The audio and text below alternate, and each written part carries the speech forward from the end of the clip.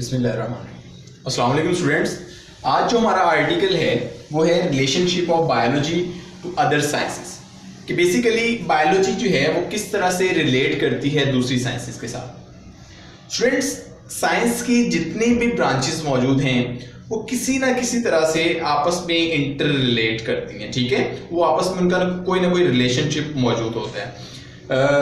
तो इसी रिलेशनशिप के बिहाफ पे इन साइंसेस को फर्दर एक टर्म दी जाती है, वो बेसिकली हम यहाँ पे मेंशन करते हैं, वो है इंटरडिसिप्लिनरी साइंसेस के हवाले से जो है वो इसको डिस्कस किया जाता है। मैं यहाँ पे मेंशन कर देता हूँ, इंटरडिसिप्लिनरी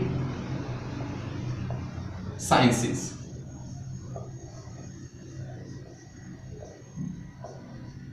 बेसिकली ये टर्म यूज क्यों की जाती है, क्योंकि जितने भी साइंस की ब्रांचेज हैं उनका आपस में कोई ना कोई रिलेशनशिप जो है वो मौजूद है।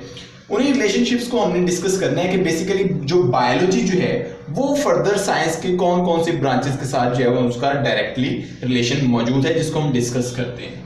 बेटा सबसे पहले आज हमने डिस्कस करना है बायोफिजिक्स को।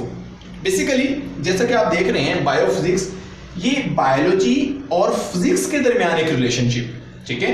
तो सबसे पहले हमें आइडिया हो जाना चाहिए कि basically biophysics it is the relationship between biology and physics, ठीक है। अब ये कैसा रिलेशनशिप है वो हम डिस्कस करते हैं कि study of the principles of physics which are applicable on biological phenomena, कि बेसिकली आपने फिजिक्स के प्रिंसिपल्स, फिजिक्स के रूल्स एंड लॉज को आपने डिस्कस करना है, उन रूल्स एंड लॉज को जो कि एप्लीकेबल हैं बायोलॉजिकल फिनोमिनास के ऊपर।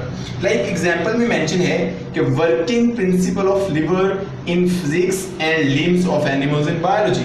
लाइक अगर हम बात करें कि एक आप कह लें कि लिवर, आप लोगों ने सुना होगा फिजिक्स के अंदर की टर्म यूज होती है लिवर की। तो लिवर के साथ हम क्या करते हैं, हमने कोई वेट उठाना हो तो हम लिवर का इस्तेमाल कर रहे होते हैं, ठीक है।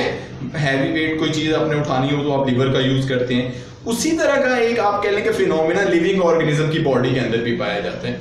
लाइक मैंने अगर कोई वेट उठाना है तो मैं अपने लिम्स को यूज करूंगा, ठीक है। जैसे लाइक मैं बॉडी वेट उठा रहा हूं तो मैं अपने लिम्स को यूज कर रहा हूं। मैंने वैसे कोई वेट उठाना है तो मैंने लिम्स का इस्तेमाल करना है और वेट उठाना है। अब देखिए ये जो वेट मैं उठा रहा हूं, और इसी तरह से फिजिक्स जो आप कह लेंगे फिजिक्स के अंदर लिवर बेसिकली जो है वो भी वेट उठाने का काम कर रहा है। तो फिजिक्स का फिनोमिना और बायोलॉजिकल फिनोमिना ये एक दूसरे के साथ रिलेट कर रहे हैं, रिलेशनशिप आ गया इनका, ठीक है। तो इसी बिहाफ पे हम डिस्कस कर रहे होते हैं कि बायोलॉजी का फिजिक्स के साथ डायरेक्टली जो है वो रिलेशन मौजूद है। उसके बाद बेटा डिस्कस करते हैं हम बायोकेमिस्ट्री को। यहाँ पे भी जो नेम है वही हमें पूरा का पूरा जो है वो इसकी डेफिनेशन दे रहा है कि it is a relationship between biology and chemistry, ठीक है। अब ये कैसा रिलेशनशिप है? ऐसा relationship study of chemistry of different chemical processes occurring in living organism, कि लिविंग ऑर्गेनिज्म की बॉडी के अंदर कौन कौन से केमिकल प्रोसेस जो हैं वो अकर हो रहे हैं, मौजूद हैं। अब बेटा जब बात होती है ना लिविंग ऑर्गेनिजम्स की, तो सारे ऑर्गेनिज्म आ जाते हैं इसमें, प्लांट्स भी आ जाती हैं, इसमें एनिमल्स को भी काउंट किया जाता है, इसमें बैक्टीरिया को भी काउंट किया जाता है, मतलब माइक्रो ऑर्गेनिज्म को भी काउंट किया जाता है इसमें। तो अब इसकी एग्जांपल में क्या आएगा कि कौन कौन से केमिकल सब्सटेंसेस, कौन कौन से केमिकल रिएक्शंस ऐसे हैं जो लिविंग ऑर्गेनिज्म की बॉडी में हो रही हैं। तो यहाँ पे दो एग्जांपल मैंने मेंशन किए हैं, उनमें से है कि metabolism of photosynthesis and respiration. दो किस्म के मेटाबॉलिज्म, फोटोसिंथेसिस एंड रेस्पिरेशन। अब आपको पता है कि ये जो फोटोसिंथेसिस का फिनोमिना है ये प्लांट्स के अंदर परफॉर्म हो रहा होता है, रेस्पिरेशन भी प्लांट्स परफॉर्म करवाते हैं, ठीक है। लेकिन जो एनिमल्स हैं वो जस्ट रेस्पिरेशन परफॉर्म करवाते हैं, फोटोसिंथेसिस उनके अंदर नहीं होती। लेकिन हैं चूंकि ये दोनों के दोनों केमिकल प्रोसेसेस हैं और लिविंग ऑर्गेनिज्म की बॉडी में हो रहे हैं, तो इसी बिहाफ पे हम बेसिकली इस रिलेशनशिप को बायोकेमिस्ट्री के हिसाब से डिस्कस करते हैं, ठीक है। लास्ट पे हमारा जो आर्टिकल यहाँ पे मौजूद है वो है बायोमैथमेटिक्स, ठीक है।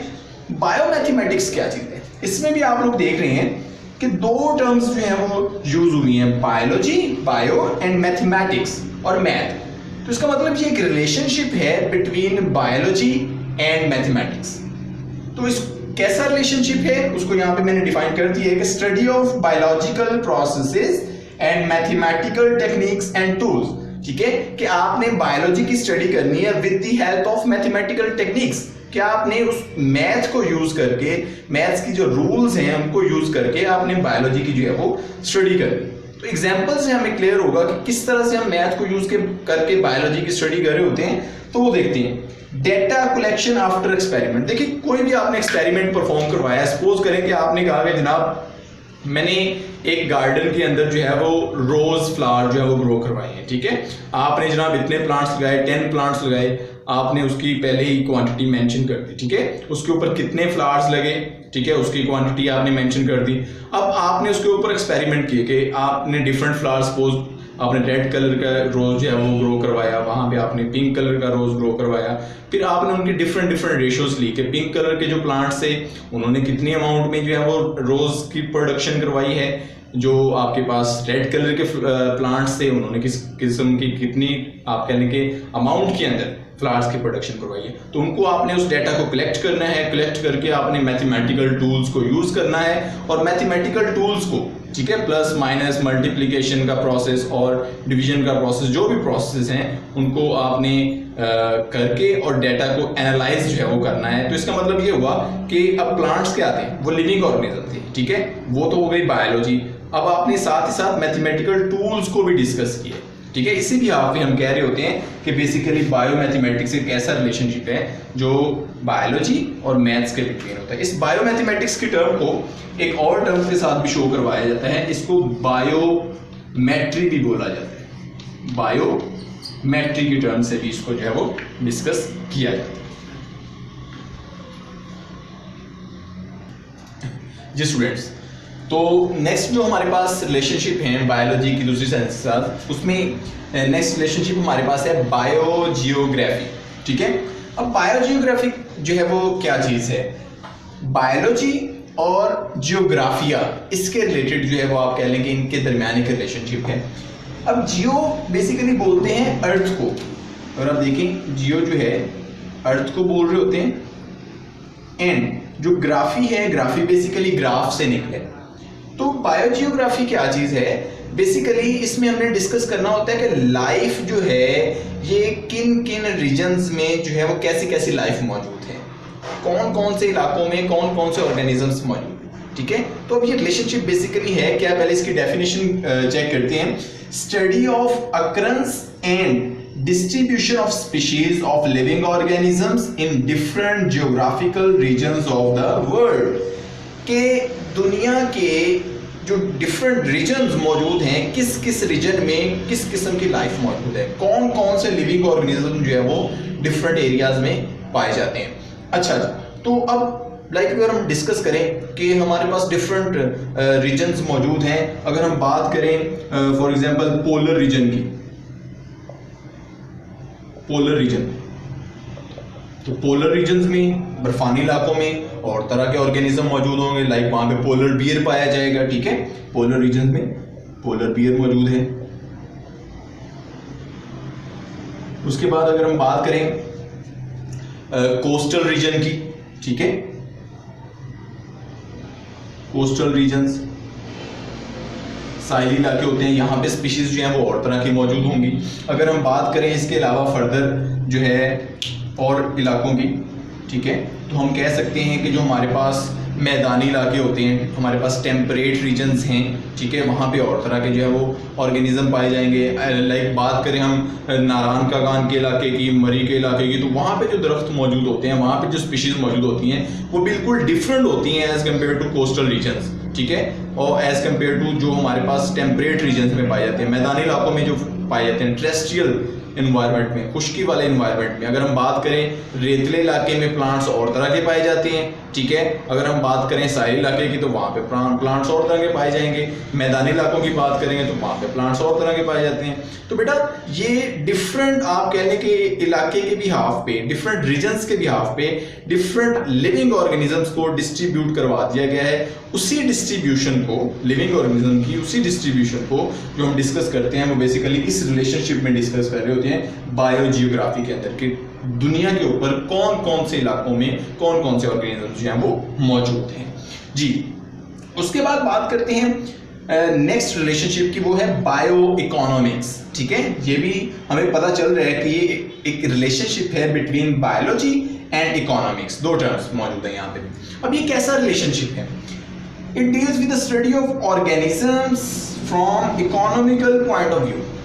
इकोनॉमिकल पॉइंट ऑफ व्यू कि आपने लिविंग ऑर्गेनिज्म को डिस्कस करना है इकोनॉमी के बिहाफ पे। अब इकोनॉमी किसको बोलते हैं? मुआशियत, ठीक है, पैसा, इसके बिहाफ पे हमने जनाब डिस्कस करना है। तो एग्जांपल क्या है? Cost value and profit value of yield of wheat. अब देखिए कैसे हम इस रिलेशनशिप को डिस्कस करते हैं। आपने व्हीट ग्रो करवाई है, गंदम आप ग्रो करवा रहे हैं, आपने देखा कि इसके ऊपर मेरा खर्चा इतना है, मेरी कॉस्ट वैल्यू इतनी है, ठीक है, फिर आपने देखा कि जनाब इसकी प्रॉफिट वैल्यू इतनी है। कॉस्ट वैल्यू को और प्रॉफिट वैल्यू को जब आपने एनालाइज किया और उसके बाद आपने डिटरमाइन किया कि मुझे लॉस कितना हुआ है और मुझे प्रॉफिट कितना हुआ है, ठीक है।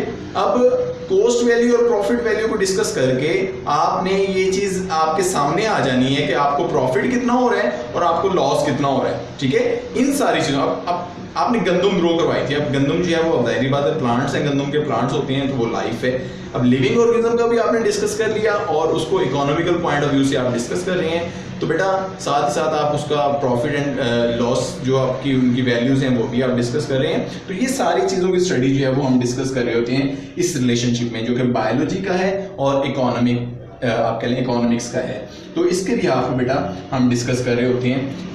देखें, ये हमने जितने भी साइंसेस जो हैं वो डिस्कस किए हैं, रिलेशनशिप जो हैं, इनका एक बहुत इम्पोर्टेंट आप कह लें कि ये लेवल पे डिस्कस की जा रही होती हैं ये बातें।